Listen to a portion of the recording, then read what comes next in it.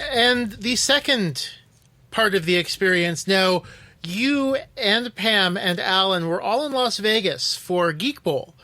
And I believe you were in Vegas already at that point. I'm guessing, were Pam and Alan also in Vegas at that point?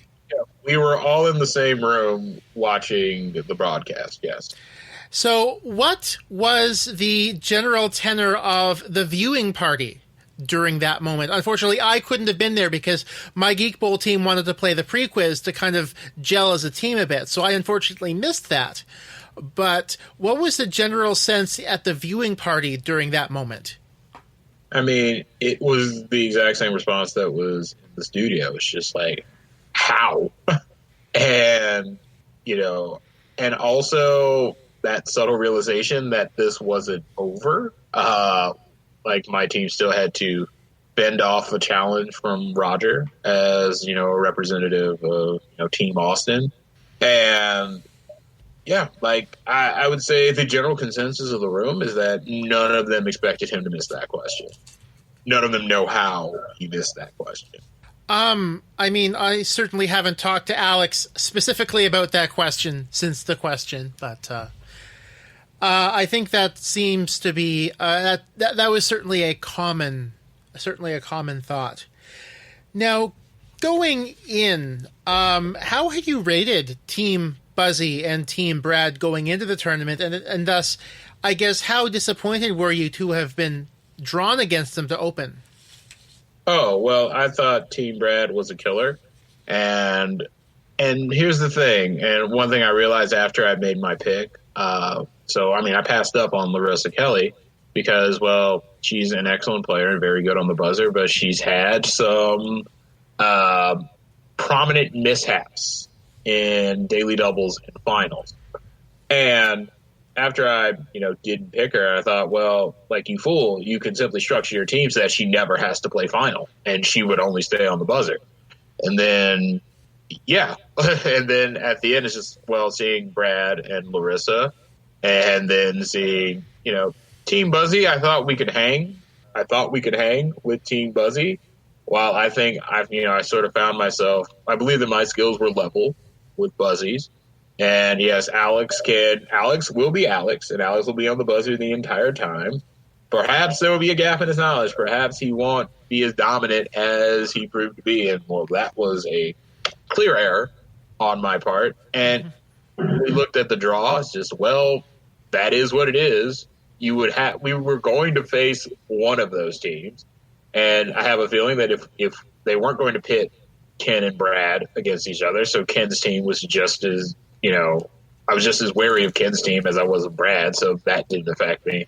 I suppose I would have preferred the draw against Team Julia or Team Austin over Team Buzzy, but that is what it is. So, yeah, we definitely felt like, I definitely felt the pang there because I came out of the gate believing that, yes, we're probably going to be fighting for second.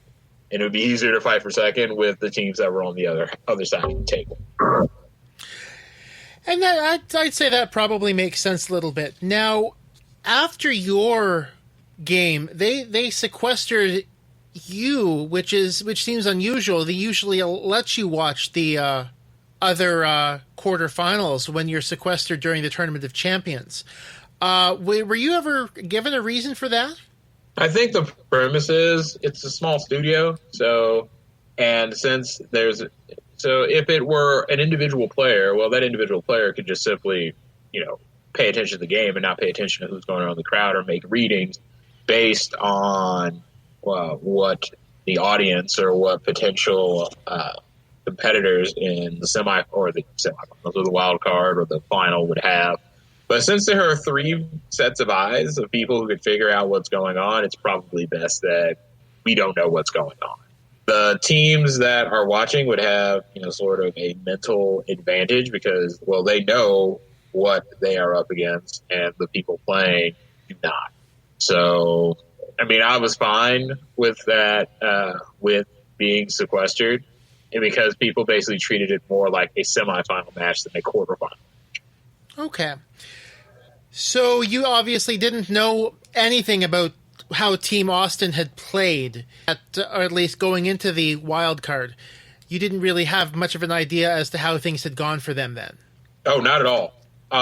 When we got the news, and frankly, if any team were to play him out, it should have been Team Austin. And then when they announced that Team Austin had made it, I thought, well, that's our ship has sailed. And somehow, Team Julia, and that didn't work out. And I didn't have any idea about the logistics. Could it be possible that Ben Ingram missed a final? Like, that seems really rare because our scores were so low that really one good day and a double up, well, that's what we did, or a decent day and a double up, that is exactly what we did.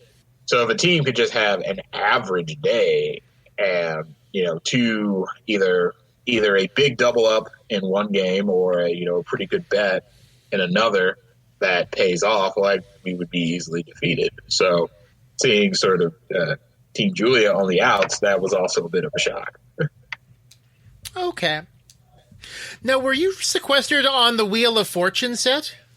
Yes, right next door. So did they just kind of cover up the wheel then and kind of drape a whole bunch of... Yeah, so they set up a couple of couches, a couple of chairs. They brought in craft services, and they covered up the wheel, and they shut us off in the outside world. So what had happened was I brought in a set of board games, and so did Ben Ingram. But clearly, Ben Ingram's were in the other room, and I ran out of board games after, hour, one. Because, a lot of the board games that I play that, would be interesting enough for people to play, they're going to be fairly light in terms of actual, physical size and, complexity. So, yeah, we played, Botticelli for, 2 of those hours, and then some people took naps. Alex Jacob brought in quiz materials from his job. And we were just there for 4 or 5 hours.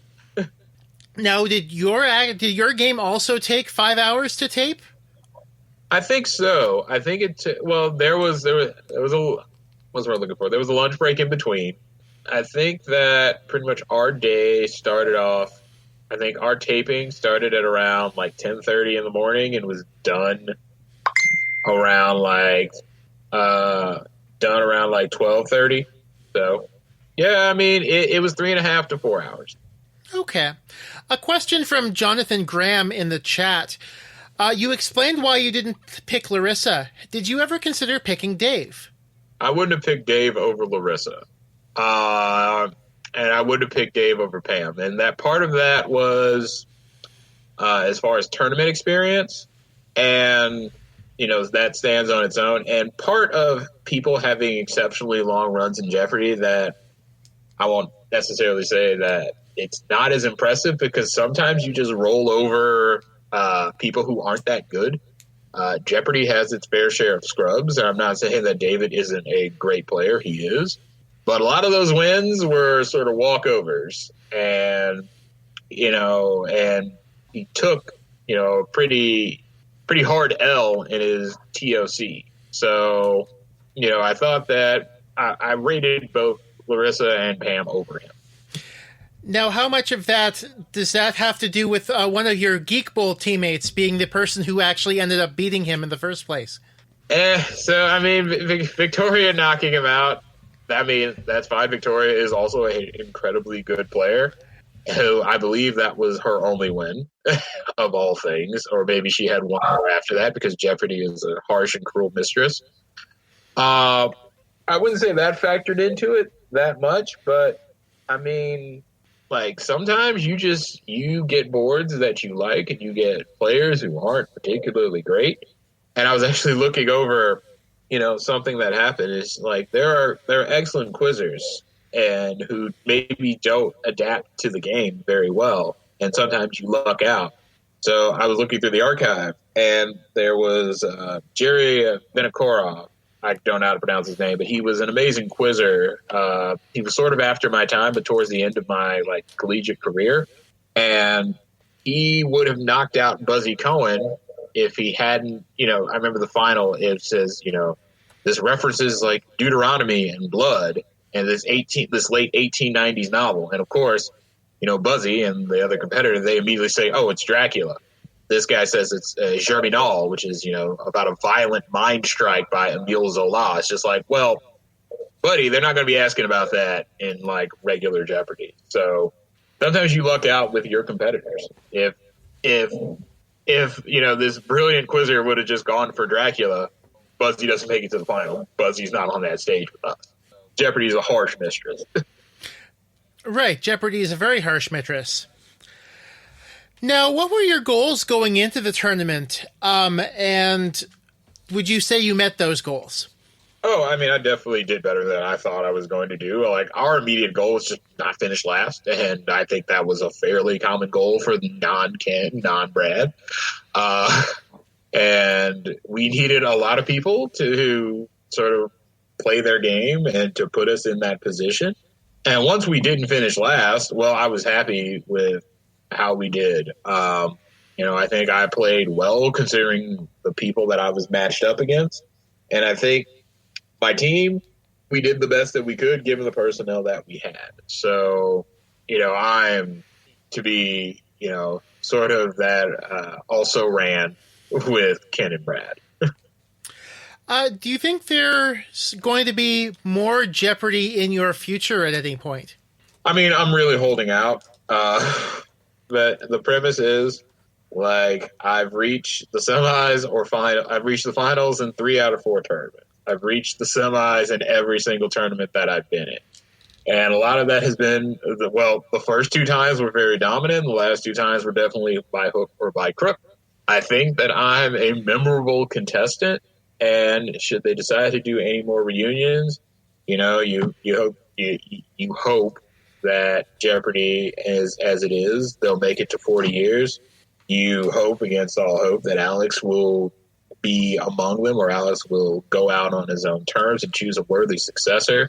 And, I think that I've done enough to be considered, in sort of that pantheon.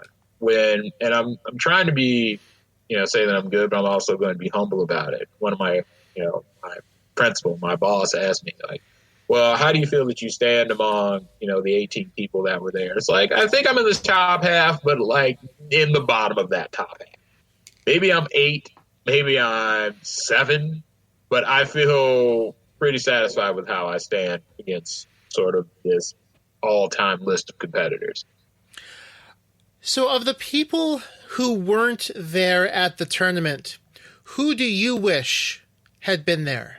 I mean, there are some greats who, could have received a call, especially older competitors. Someone like Jerome Verret. I mean, Jerome was very much in the same position in the what's the word I'm looking for? In the Ultimate Tournament of Champions as I was. Did a lot to get there, had a lot of things go his way, but he's an amazing quizzer. Could have definitely been represented, or Frank Spangenberg, or even some, sort of more mild-mannered but still great contestants like Dan Pawson or Russ Schumacher.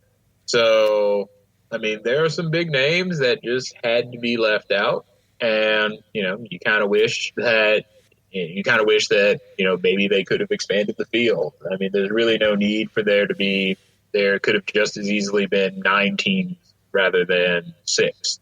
And maybe that would have been more of a good overarching feel for this tournament. But they were trying a lot of new things and seeing what would work out. But yeah, like clearly some people could have been there that were not. Okay, so they were doing something. They obviously trying some new things. What did you like about the new things that they did, and what didn't you like? Well, like I said, it's a nice chance to be around incredibly smart people and compete against them. The guaranteed money was nice. I wish the payout was a little more egalitarian, but so be it. I mean, I enjoyed my time there, and I knew that there was a lot of, we're making this stuff up on the fly that seemed to happen, but overall it was run well. Like the contestant coordinators and the people that make you feel okay to be there, like they are on the ball like they always are, consummate professionals. The gameplay, while it was a little bit stilted, it was still engaging to be a part